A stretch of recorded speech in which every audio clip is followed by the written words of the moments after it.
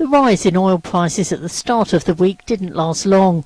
After hitting one-year highs on Monday, both Brent crude and US futures slipped back. Markets unconvinced a long-awaited deal between the Saudi-led OPEC cartel and its non-OPEC members over output will ever be reached. Iran, whose economy is heavily reliant on oil, is a firm no. Russia, a maybe.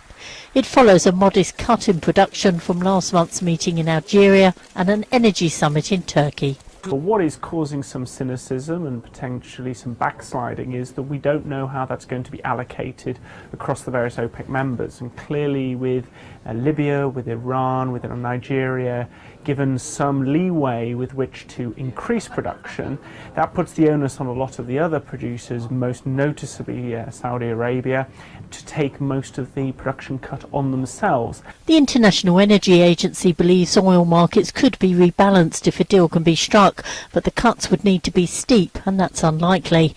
Even though President Putin seems to be warming to a production cap, Rosneft, Russia's main energy supplier, isn't.